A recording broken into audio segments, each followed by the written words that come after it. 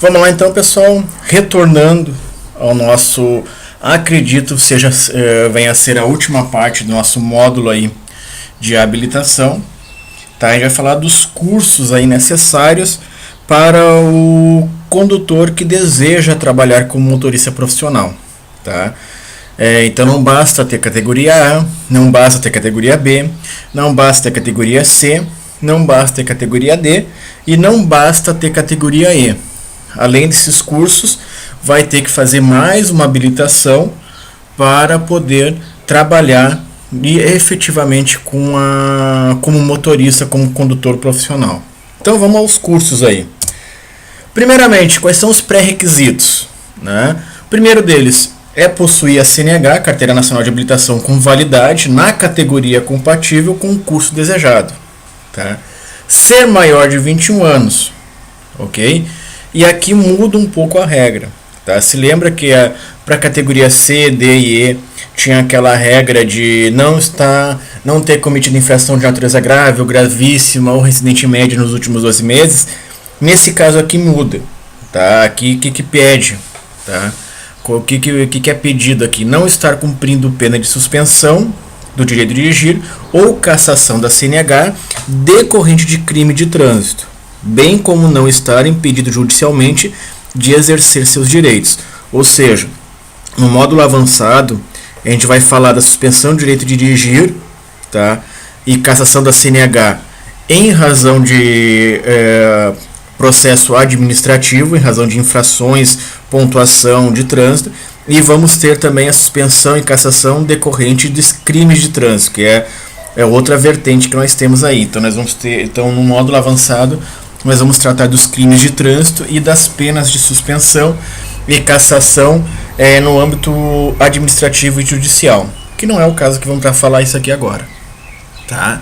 Então esse caso que está sendo pedido aqui, ele é mais da área criminal judicial, tá? Então esse aqui é o juiz que vai determinar aqui, embora o juiz deixa eu me lembrar rapidamente aqui. O juiz só suspende a carteira. Então ele pode fazer a suspensão preliminar. Ele pode fazer as duas coisas sim, tá? Então é decisão judicial. Vamos lá então. Vocês estão vendo aqui no lado direito, né, que tem vários cursos aí que a pessoa pode fazer, que o motorista profissional ele pode escolher e se tornar condutora profissional. Vamos começar com o primeiro, que é o que aparece no campo observações da carteira de habilitação, que é o EAR, tá? O EAR, ele na verdade é o famoso exerce atividade remunerada, tá? De fato, ele não é um curso, tá? É mais uma opção que o condutor tem para ele que vai, quando ele for no CFC renovar a CNH, ou ele vai tirar uma segunda via, ele que diz lá no CFC que ele exerce atividade remunerada. Na verdade, como eu falei, não é um curso. Ele é apenas uma diferenciação entre o condutor profissional, né, do condutor normal, do condutor a passeio, do condutor aí que utiliza o carro para fins de deslocamentos, tá? Então essa atividade remunerada, quem normalmente tem que usar? Normalmente hoje é os motoristas de aplicativos, é o motorista de ônibus, é o motorista carreteiro, é o pessoal aí, taxistas, deixa eu ver outra categoria aí que usa, os motofretistas, mototaxistas, enfim, realmente o cara que vai exercer atividade remunerada em cima de um veículo e utilizando essa carteira, tá? Então ela foi criada para fins do INSS, tá? Para fins de registro no INSS e no Cadastro Brasileiro de Ocupação. Então, o que acontece? Então, a pessoa vai ter essa inscrição na sua CNH e ali vai ser identificado que aquela pessoa ela é um motorista profissional, tá? O que acontece? A resolução ela é regulamentada pela Resolução 68, tá? E no seu parágrafo primeiro ela diz: o condutor que exerce atividade de transporte remunerado de pessoas ou bens terá que se submeter ao exame de aptidão física e mental e avaliação psicológica de acordo com os parágrafos 2º e 3º do artigo 147 do Código de Trânsito, tá? Normalmente aí a pessoa que não exerce atividade remunerada, ela só faz o teste, ela só faz o exame médico, tá? Ela não faz exame mental. E já a pessoa que exerce atividade remunerada, ela vai ter que fazer os dois, ok? Então, ela é simplesmente uma diferenciação entre um condutor profissional do condutor aí normal, que não trabalha com veículo, ok? Tá? Nós vamos ter aí o curso para veículos de emergência, tá? Então, o curso para veículos de emergência, quem são esses veículos de emergência e o que vai ser feito, tá? Então, dentro dos cursos aí que nós temos no CTB, esse aqui é outro curso. Então, a pessoa, o condutor, ele tem que estar habilitado em qualquer categoria. Para o curso para o condutor de veículo de emergência, qualquer categoria. Por quê? Porque nós temos aí diversos tipos de veículos. Nós vamos ter desde aí ambulâncias, né, que normalmente aqui é a categoria, dependendo do PBT aqui, é a categoria B. Nós vamos ter aí, independe se a ambulância é da SAMU ou qualquer tipo de ambulância, tá? Pode ser ambulância Unimed, Ecosalva, a Mil, qualquer tipo de ambulância, se ela é ambulância do estado, do município, sei lá, tem equipamento de ambulância, ela é caracterizada como ambulância, a pessoa tem que ter o curso de transporte de condução de veículos de emergência. Temos aí também um veículo da categoria A, né? Então as motolâncias aí, né? Que também são veículos aí que a pessoa tem que ter o curso de transporte de emergência. Em alguns municípios é muito usado isso aí para chegar de deslocamento rápido, tá? Os caminhões aí do Corpo de Bombeiros. Aqui nós temos 3 exemplos aí de categorias, na verdade 2 exemplos, né? Nós temos o exemplo da categoria B aqui e categoria C, tá? Então nós temos aí vários tipos aí, então como independe de categoria, mas em qualquer tipo de veículo tem que ter esse veículo de transporte de emergência, tá? Veículos de polícia, então veículos de salvamento, ambulâncias, bombeiros, polícias em geral, né? Independe de qual é a finalidade da polícia, tá? Ela vai ser aí um veículo de transporte de emergência.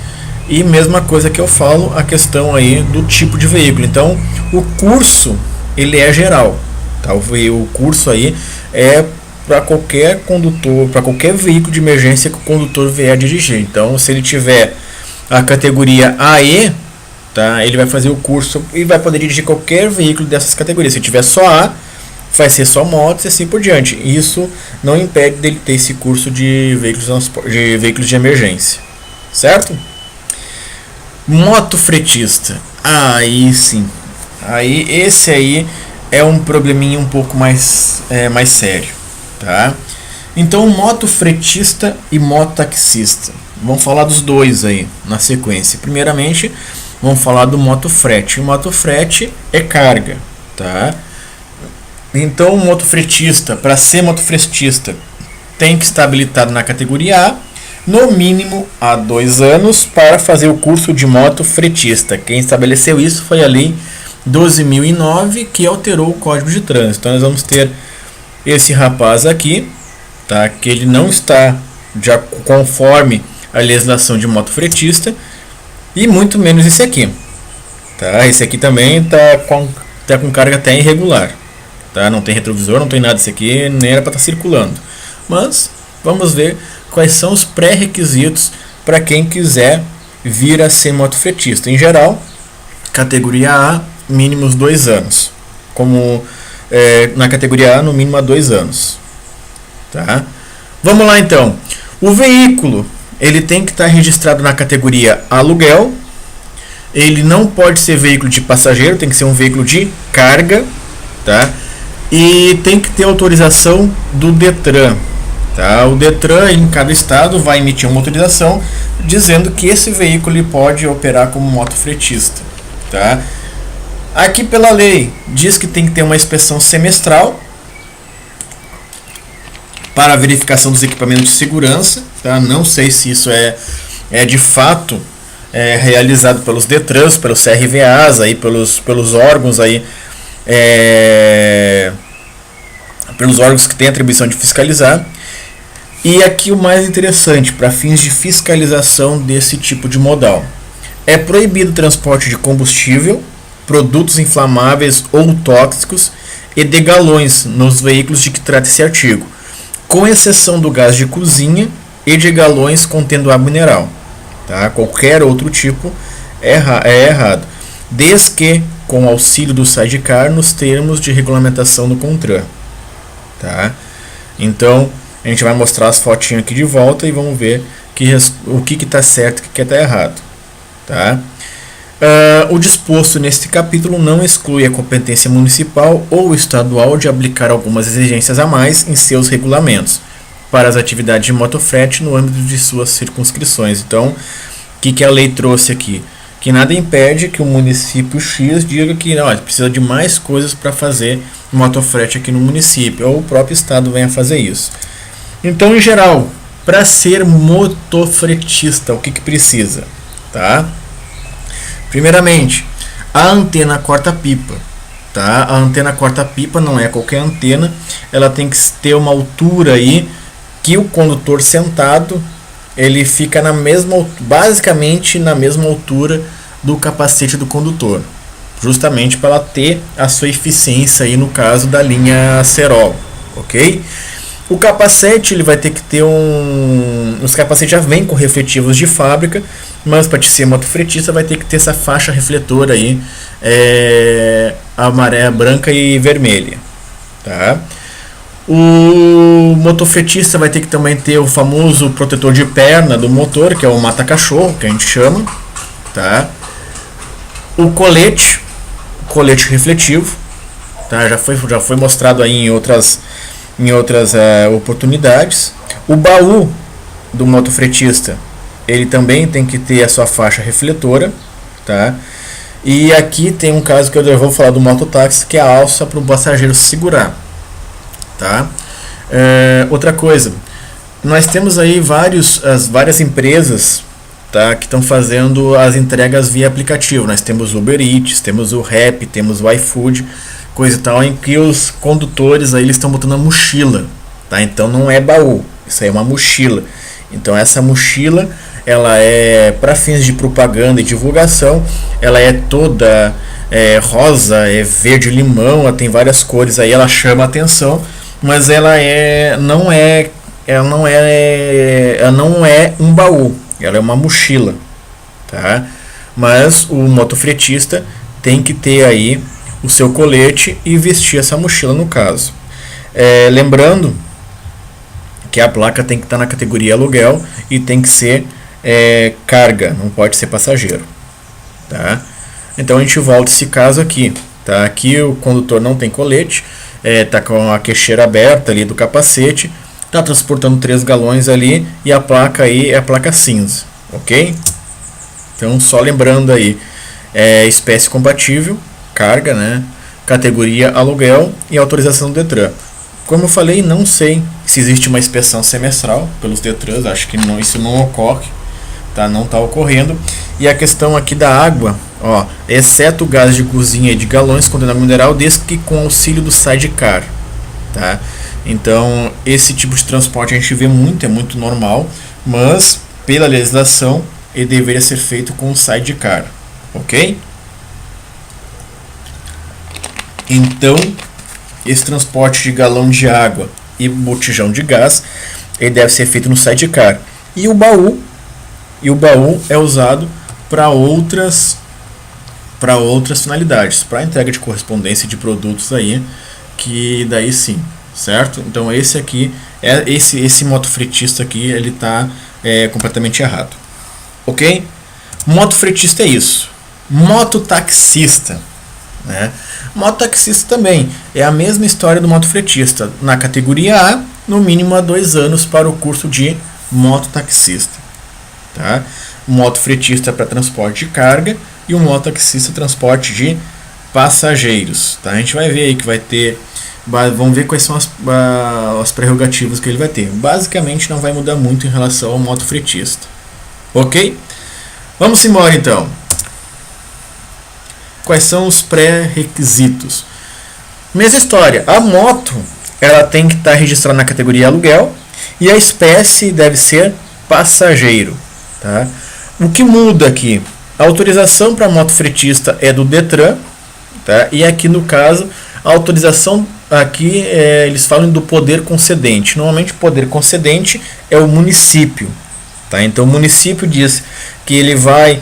o município que regulamenta o transporte, né, pelo Código de Trânsito, pela Constituição Federal, o regulamento do transporte público é feito pelos municípios. Então é o município que regulamenta o transporte por ônibus, é o município que regulamenta o transporte de táxi, né, o transporte executivo, coisa e tal. Então tudo quem faz isso aí é o município. Então o mototaxista, quem decide se vai fazer ou não, se vai implantar, é o próprio município, através do Poder Executivo, mediante lei aprovada pelo Poder Legislativo, pela Câmara de Vereadores. Tá? Da mesma forma, a lei federal aqui, a lei que criou o motofretista e taxista, que é alterar o Código de Trânsito, ela diz que tem que ter uma inspeção semestral para verificação dos equipamentos obrigatórios e de segurança. Da mesma forma, eu desconheço essa fiscalização, se ela de fato é efetiva. E aqui a mesma coisa que ocorreu na lei do motofretista. O disposto nesse capítulo não exclui a competência municipal ou estadual de aplicar as exigências previstas em seus regulamentos para as atividades de motofrete no âmbito de suas circunscrições. Tá? Aqui também a gente fala, quando a gente fala em motofrete, o mototáxi também está incluído aqui. Então, esse aqui é um exemplo clássico do mototaxista. Tá? O município, aqui no caso o município de Valença, na Bahia, ele regulamentou, né, tem o prefixo da moto, então tem o capacete do passageiro, tem o capacete dele, tem o pega-mão ali que a gente vai falar, tem o corta-pipa. Então tudo que a gente for falar do motofretista, a gente vai aplicar basicamente as mesmas coisas no mototaxista, que é isso aqui. É a antena corta-pipa, o capacete, deixa eu ver aqui, é a mesma coisa, estão vendo ali o refletivo branco e vermelho, certo? O colete, tá? Mesma coisa, daí de acordo com o município vai regulamentar, mas o colete tem que ser refletivo também, certo? O protetor de perna ou mata-cachorro, obviamente não vai ter o baú, né? E vai ter a alça para o passageiro, que é o pega-mão aqui, no caso em prateado, para ele se segurar. Tá? O passageiro não tem que ter colete para ele, quem tem que ter o colete é o condutor. Certo? Então é isso. Parece difícil, mas não é. O problema é fiscalizar esse povo. Tá? Que normalmente o que a gente vê aí, tanto do motofretista quanto do mototaxista, é a questão da clandestinidade. Tá? Então, normalmente aí é complicado, é um pouco complicado de fiscalizar o motofretista e o mototaxista, mas já existem os cursos, tá? Eles estão aí e basta aí a fiscalização, os órgãos de trânsito e de fiscalização de trânsito começar a trabalhar junto aos sindicatos de motociclistas, aí, de motofretistas, mototaxistas, para bem aplicar essas regras aí, ok? Produto perigoso, famoso MOP, tá? É um outro curso previsto aí pelo Código de Trânsito, né? Especialmente regulamentado pela Resolução 68. Então, o que diz o MOP aqui? Para te fazer o MOP, tu tem que ter no mínimo a categoria B, tá? É isso, é basicamente mínimo. A categoria B é o mínimo. Por quê? Já vamos falar mais adiante. Então, primeiramente, aí o pessoal conhece aí o famoso curso de MOP. Não sei se é 120 horas para retirar o certificado, mas está de acordo, tem que ser conforme a resolução 168 do CONTRAN. Se vier outra resolução, tranquilo também, mas é mais fácil ir no SESC Senat, que é o formador de mão de obra do setor de transporte, ou ir no CFC, que tem autorização do Detran para ministrar esse curso, e se informar qual é a carga horária. Tá? É um curso muito bom, diga-se de passagem. Então, normalmente, quando a gente fala do curso de MOP, né, movimentação e operação de produto perigoso, a gente fala mais de caminhões, né, categoria E. Mas, ali, a legislação é bem clara que no mínimo a categoria B. Por quê? Porque esse tipo de veículo também pode transportar. Porque quando a gente fala em produto perigoso, parece que tem que ser uma carga gigante, grande, né? E não é o caso, tá? O material radioativo ele pode ser pequeno, pode ser transportado num carro, desde que contendo toda aquela segurança e devidamente identificado, tá? Então, no mínimo, categoria B.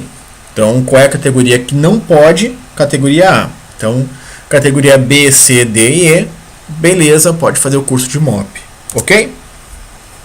Produto perigoso é bem tranquilo, nada demais.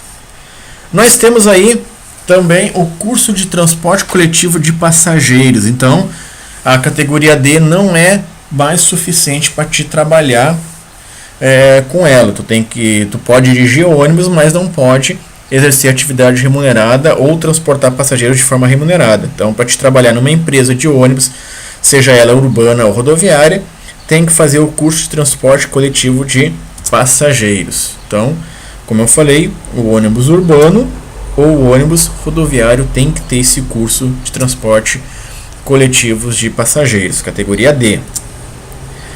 Já o transporte escolar, tá? E como a gente falou que a exceção na categoria D é o transporte escolar, que ela é independente do veículo, é independente. Então, como eu mostrei lá quando a gente falou da categoria D, que se o veículo é escolar, ele independe da categoria, tá? Então, se ele for categoria B, se não for escolar a categoria B, passou a ser escolar, categoria D. Então, para trabalhar com veículo escolar, trabalhar com transporte de alunos, de transporte escolar, além da categoria D, tem que ter o curso de transporte escolar, tá? Então, para fins de fiscalização, se o veículo for abordado com essa faixa escolar, que está transportando alunos em idade escolar, né, tem que ter a categoria D e o curso de veículos de transporte escolar, tá? E o veículo também tem que estar caracterizado, senão vira o famoso transporte clandestino. E nós temos aí o famoso curso de carga indivisível. O que se pede? No mínimo aí a categoria C para o curso, tá? Mas a gente vê aí, o que a gente vai ver muito nas nossas rodovias aí, indo de um lado para o outro, são cargas extremamente excedentes. Elas excedem tanto em altura como em largura, quanto em peso. Então são cargas, normalmente, que a gente fala em carga indivisível, mas porque elas extrapolam. Mas carga indivisível é categoria C, tá? Pode ser um veículo só que seja uma carga indivisível, que seja, por exemplo, rochas ornamentais. Porra, a rocha ornamental é pesada pra caramba e ela é pequena, ela é concentrada. Então ela vai ter que ter esse curso de carga indivisível. Eu tirei algumas fotos aqui da internet que, por exemplo, para transportar esse tipo de material, tá? Além da escolta ali que vocês estão vendo, vai ter que ter a famosa autorização especial de trânsito, né? As famosas AETs, né? Mas o condutor vai ter que ter esse curso aí de carga indivisível, tá? São cargas aí que uma carga indivisível são, como o próprio nome diz, não tem muita explicação, são cargas que não podem ser fracionadas, tá? Aqui no caso é uma carga tão pesada que são 3 veículos aí tracionados, né? São 3 cavalos trator aí para puxar essa carga pesada pra caramba, ok? Aqui também as famosas pás eólicas aí, né? Excesso de largura não, de comprimento, né? Também aí nós também tem a escolta lá atrás, né? E aí excesso de altura e largura, né? Deixa eu ver se tem um pouquinho de largura. Tem um pouquinho de largura, sim. Que também tem aí. Esse negócio de pesos e dimensões aí, AETs, a gente vai falar num curso bem avançado, né? Que a gente vai falar das placas, das escoltas e tudo mais. Mas esse é mais pra frente.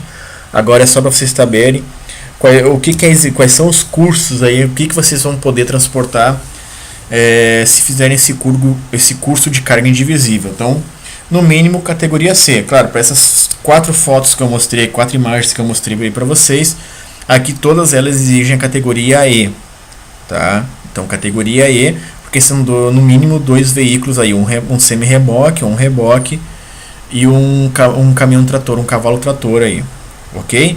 Mas é exigido no mínimo categoria C para fazer esse curso de carga indivisível. Bom, senhores, então de cursos profissionalizantes aí, é isso. Tá? Vou até mostrar de novo, vamos ver aqui. Então, só para relembrar, o EAR, tá, é simplesmente para fins de diferenciação do condutor normal aí para o condutor profissional. O veículo de emergência independe da categoria.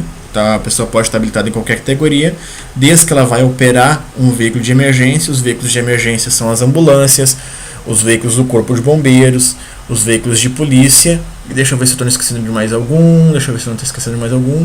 Os de fiscalização de trânsito, são todos eles veículos de emergência. Tá? São todos eles que têm aquela prerrogativa de usar a sirene e o luminoso, né, o giroflex, que a gente chama, na cor vermelha. Tá? Qualquer veículo que seja esses, que tenham esse giroflex em cima aí na cor vermelha e sirene também, né, ele é um veículo caracterizado como um veículo de emergência. Quando a gente for falar de luz e sinalização, vai ter os veículos de utilidade, que é o luminoso, né, com o giroflex na cor laranja, assim, na cor laranja não, amarelo âmbar, né, que a gente chama, entre outros. Tá? O motofretista, né, 2 anos aí, ele tem que ter 21 anos, se eu não me engano, agora deixa eu ver, 21 anos, 2 anos na categoria A, coisa e tal. Ele tem para transportar gás de cozinha e água, ele tem que ter um sidecar. O baú dele tem que ter o refletivo, o capacete também, tem que ter o corta-pipa, tem que ter o corta-pipa na altura da cabeça dele, né? Não pode ser baixinho. Tem que cumprir a função, o capacete, também tem que ter o refletivo, tem que ter colete, o mata-cachorro. O mototaxista é a mesma coisa, né? O que muda aí é a questão do baú, né?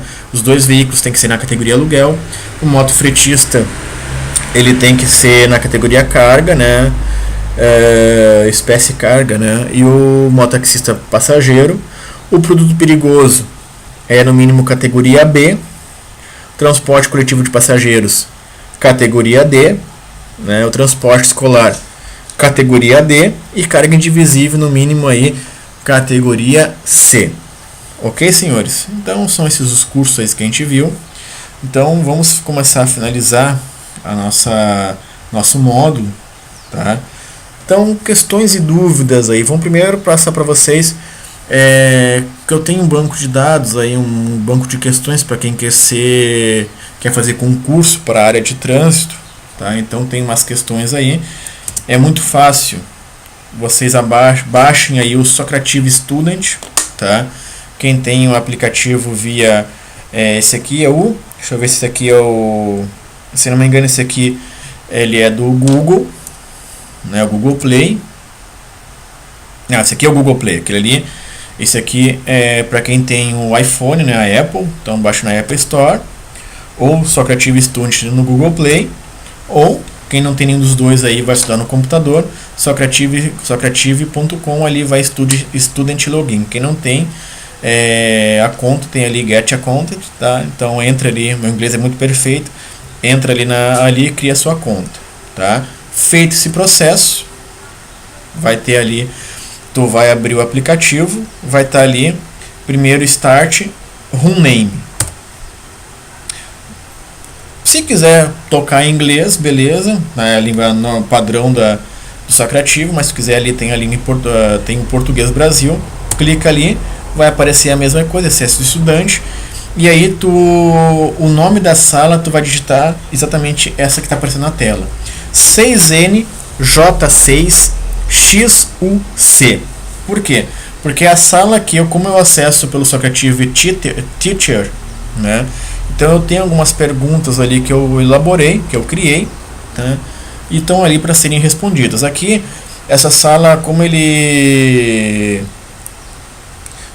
é gratuito, né, ele só me dá uma sala, então tenho perguntas desde do módulo 1 e vou tocando mais perguntas ali à medida que a gente vai passando aqui pelos módulos. Então no módulo 3, então vai ter várias perguntas aí a respeito de categoria e habilitação, tá?